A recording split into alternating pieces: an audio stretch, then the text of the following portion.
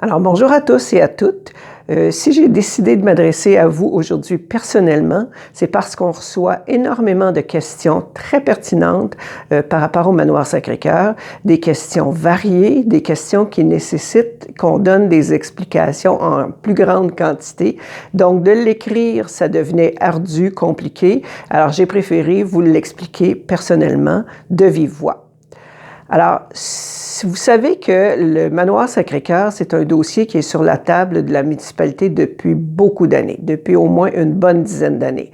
Alors, c'est pas que le nouveau gouvernement municipal élu au mois de novembre s'est levé un beau matin et a décidé ce matin, on démolit le Manoir Sacré-Cœur et on demande 2 millions à la population pour procéder à cette démolition-là.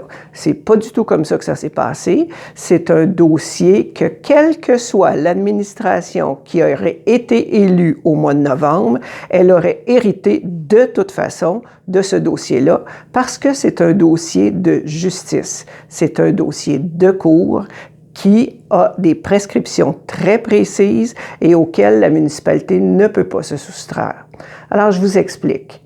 Ça fait très longtemps que le Manoir Sacré-Cœur est désaffecté et inutilisé et squatté.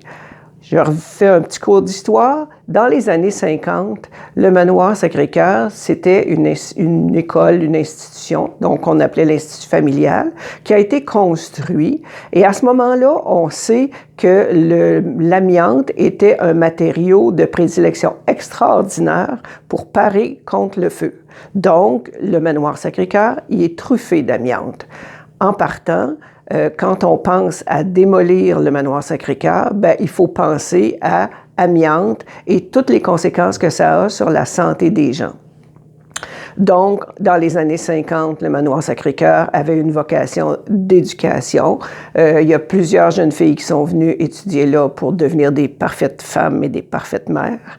Et il y a des jeunes filles aussi qui ont étudié pour devenir des institutrices. Quand dans les années 60, on a démocratisé l'éducation, le Manoir Sacré-Cœur, ou l'Institut familial à ce moment-là, a perdu sa vocation et est devenu de plus en plus déserté, ce qui fait qu'il est resté vacant pendant de nombreuses années. Plusieurs années plus tard, les religieuses qui étaient toujours propriétaires de cet édifice-là ont accepté de le vendre à une compagnie qui voulait faire une résidence de personnes âgées. Cette résidence-là a opéré pendant quelques années, mais à ce qu'on m'a dit, l'administration était tellement inadéquate que les gens ont déserté encore une fois cet édifice-là qui s'appelait désormais le Manoir Sacré-Cœur. Donc, les gens ont déserté cet édifice-là et il est devenu, encore une fois, désaffecté. La population, au fil des années, a volé, squatté, endommagé l'édifice, ce qui fait qu'il est devenu extrêmement dangereux pour la population.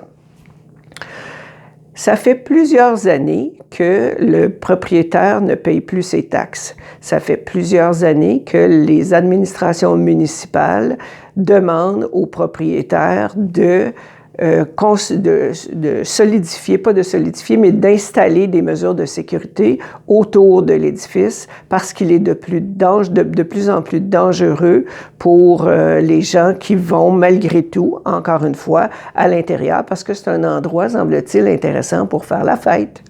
Alors, mais comme le propriétaire ne répondait jamais à toutes les demandes de la municipalité, l'administration de l'époque a décidé de se tourner vers la justice pour faire exécuter cette ordonnance-là. Et le juge a décidé, donc le juge de la Cour supérieure du Québec a décidé en janvier 2021 d'ordonner au propriétaire de démolir cet édifice-là et il l'a ordonné dans des délais très prescrits. Donc, le propriétaire avait 6 mois pour démolir l'édifice. Au-delà de ça, c'est la municipalité qui devient responsable de l'édifice et ça, on n'y peut rien. C'est la loi qui nous impose ce fait-là. Donc, à partir de ce moment-là, le dossier n'est pas un dossier municipal, mais est un dossier juridique avec des prescriptions très précises, des dates très précises, des modalités très précises, et on ne peut pas déroger ou faire autrement que ce qui est prescrit par la loi. Donc, pourquoi à ce moment-ci, on va faire un registre pour demander un règlement d'emprunt? Parce qu'on est dans les délais prescrits par la Cour pour pouvoir faire cet exercice-là. Un mois plus tard, on aurait été trop tard. Donc, on n'a pas choisi la date, on a subi la date. La date du 11 mars correspond à la limite maximum de ce qu'on pouvait étirer pour aller en référendum. On nous oblige de faire un référendum, pas en référendum, en registre. On nous oblige de faire un registre qui, lui, mènera à un référendum. Ce sont les modalités qui nous sont prescrites par la loi. Le registre nous dit qu'on doit recueillir plus ou moins 400 signatures. Et si on obtient ce nombre-là, donc que les gens se manifestent clairement contre le règlement d'emprunt, à ce moment-là, la municipalité n'aura pas d'autre choix que d'aller en référendum. Donc, si on atteint le nombre requis de signatures, on devra obligatoirement aller en référendum. Mais la loi dit aussi que si le nombre de signatures est quand même significatif, la municipalité pourrait malgré tout décider d'aller en référendum. Et je vous le dis d'emblée, c'est fort possible qu'on décide d'aller en référendum parce que d'obliger des gens à mettre la main dans leur poche pour les 20 prochaines années, pour quelque chose qu'ils n'ont pas nécessairement choisi et pour lequel ils ne voient pas vraiment grand avantage, bien, on trouve ça important que tout le monde soit parfaitement au courant des tenants et aboutissants. Je vous le dis, nous, comme municipalité, si on avait 2 millions à dépenser, évidemment, hein, on ne le dépenserait pas sur la démolition d'un édifice, on le dépenserait pour la revitalisation de notre communauté ou pour le bien-être des citoyens, mais assurément pas pour de la démolition. Donc, on subit, autant que vous, cette ordonnance de cour-là, mais on doit prouver au juge qu'on fait tout ce qui est en notre pouvoir dans les règles de l'art pour que le jugement soit exécutoire. Donc, si on va en référendum, bien encore là, le référendum est soumis à des lois très précises, des exigences très précises. Ça peut pas être une autre date qu'un dimanche. Ça doit se faire dans une plage horaire qui est bien définie. C'est la loi des élections qui nous exige de faire les choses comme celle-là. Pourquoi on ne peut pas démolir le manoir avec de la dynamite, par exemple? Pourquoi on ne peut pas mettre le feu dedans? C'est des questions qui nous ont été posées. Bien, toutes ces questions-là, elles sont évidemment tributaires du fait que il y a de l'amiante et que quand un édifice contient de l'amiante, bien, on doit procéder d'une façon bien définie pour être capable de le décontaminer et de le démolir.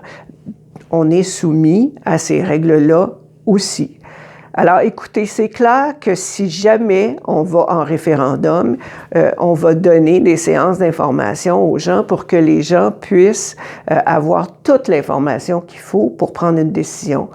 On n'a pas d'agenda caché dans ce dossier-là. On ne peut faire qu'exécuter ce que la Cour, ce que le juge nous demande de faire et on essaie de le faire de la façon la plus transparente possible. Mais j'espère que ces quelques mots auront l'air de répondre à plusieurs de vos questions. Mais sinon, ben, écoutez, je vous invite à aller signer le registre en grand nombre si vous êtes en désaccord avec le règlement d'emprunt ou si vous souhaitez qu'il y ait un référendum sur la question pour que les choses soient claires pour tous les citoyens et citoyennes. Merci beaucoup.